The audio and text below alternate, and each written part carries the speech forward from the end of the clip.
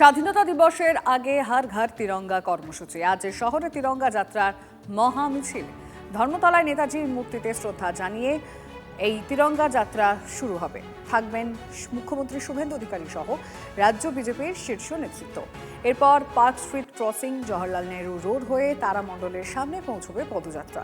Victoria মেমোরিয়ালের north গেটের সামনে অনুষ্ঠানের মাধ্যমে শেষ হবে এই বিশেষ কর্মসূচি। প্রায় 50,000-এর বেশি মানুষ তিরঙ্গা যাত্রায় অংশগ্রহণ করবেন বলে সূত্র খবর। পদযাত্রার জন্য বন্ধ থাকবে কলকাতার বেশ কিছু রাস্তা ও পার্কিং স্পট।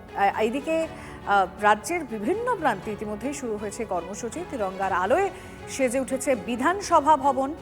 আমি পিসিআরকে বলবো সেই ছবিগুলো এক এক করে আমাদের দর্শকদের জন্য সামনে রাখতে। বিধানসভা ভবনের ছবি দেখাবো।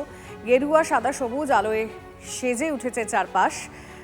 একই সঙ্গে আমরা যখন বিধানসভা ভবনের ছবি আপনাদেরকে দেখাচ্ছি, কলকাতার বিভিন্ন প্রান্তের ছবিটাও তারই সঙ্গে দেখব। যেমন ক্রিকেটের নন্দনকানন, ইডেন গার্ডেন্স, এবার সেই ছবিটা আপনাদের সামনে আমরা রাখবো।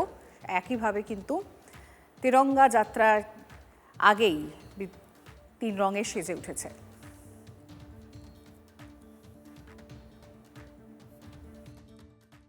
ঘর ঘর তিরঙ্গা অভিযান সারা বছর প্রতি বছর হয়, এবছর নতুন কিছু নয়। পরিবর্তন ভিন্ন রাজনীতি, আর দেশের জাতীয় পতাকার প্রতি শ্রদ্ধা প্রদর্শন, সেটার সঙ্গে দূর দূর পর্যন্ত রাজনীতির কোনো সম্পর্ক নেই। এটা শুধু বিজেপি নয়, সারা ভারতবর্ষের মানুষ দলমত নির্বিশেষে এতে অংশগ্রহণ করবেন। 22 সাল থেকে প্রধানমন্ত্রী সারা দেশে হর ঘর তিরঙ্গার মন্ত্র দিয়ে বাড়িতে বাড়িতে জাতীয় পতাকা তোলার জন্য আহ্বান জানিয়েছিলেন। কিন্তু দুর্ভাগ্যের বিষয়, 2022 থেকে তৃণমূল সরকার যতদিন ছিল, তারা ভারতের মাটিতে পশ্চিমবঙ্গের নামক অঙ্গরাজ্যের বাড়ি বাড়ি জাতীয় পতাকা তোলার প্রোগ্রামে অংশগ্রহণ করেন। পরিবর্তনের পর আমরা হর ঘর তিরঙ্গাকে এক ঐতিহাসিক চেহারা দেওয়ার জন্য আমরা প্রতিটি বিধানসভায় এই অনুষ্ঠান করছি। আজ সিউড়ি বিধানসভার এই অনুষ্ঠান আপনারা দেখছেন, প্রায় 25 থেকে 30,000 মানুষ আজ সিউড়ির রাজপথে হাঁটছে। আমি সিউড়িবাসীর কাছে কৃতজ্ঞ। আমাদের আহ্বানে তারা সাড়া দিয়ে হাতে জাতীয় পতাকা এবং হৃদয়ে দেশপ্রেম নিয়ে, রাষ্ট্রবাদ নিয়ে তারা ভারতের জন্য হাঁটছেন।